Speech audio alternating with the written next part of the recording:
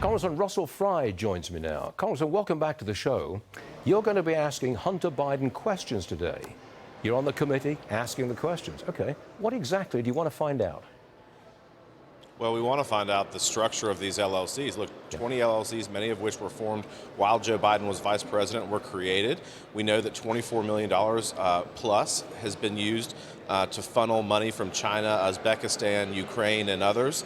We want to find out what services were provided, what expectations were there, and we want to find out, at the end of the day, what was the president's or vice president's involvement in these companies. We know, based on witness testimony right now, that Joe Biden was the brand, that they sold access to him as a way. So kind of finding out the structure, I think, is really important in what the House is doing with both our impeachment inquiry and our legislative purpose. What you're really trying to do is to tie all this money, $20 million, I think it is, China, Russia, Ukraine, et cetera, tie all of that directly to the President of the United States. So far, you've not done that, but that's what you want to do, correct?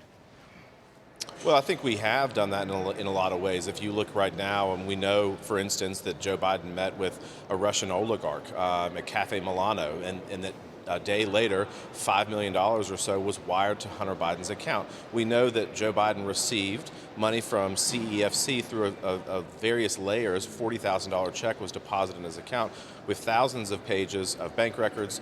We have tons of witness testimony, but really, this is a really important step in our inquiry, interviewing the president's son, who was very much in the center of all this activity. He's going to have his lawyers all over the place. How do you think he's going to react?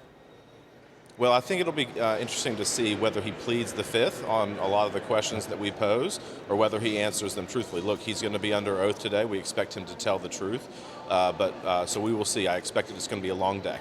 I think a lot of our viewers will be more interested in the tapes or the transcripts of President Biden or Vice President Biden's interviews with Robert Hur, because that would say one way or the other whether the president is in mental and cognitive decline. I understand you're trying to get those tapes, trying to get those transcripts. Are you going to get them?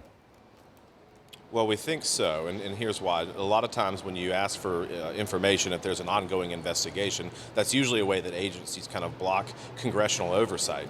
Here, the investigation is over. I mean, U.S. Attorney Hur said it himself that he wasn't going to level charges, and so it should be, in my mind, pretty easy and cut and dry to get a lot of these transcripts. Now, they might have to redact, classified information if that was ever brought up, but at the end of the day, what we want, and what I think the American people expect a level of transparency here, is what was really said behind those closed doors with President Biden.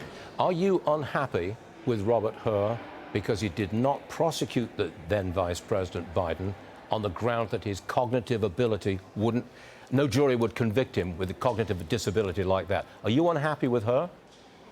Well, I think, you look at the double standard of justice that we have. I mean, we have a president whose home was raided at Mar-a-Lago for holding records, and we have a vice president who had no ability to hold these records at all, was not charged. And so I think that is another aspect of this that is deeply concerning to me, is why were these charges not leveled, and why is there not consistency here when it comes to the application of the law and justice? Indeed. Congressman, thank you very much indeed. Russell Fry, thanks, sir. See you again real soon.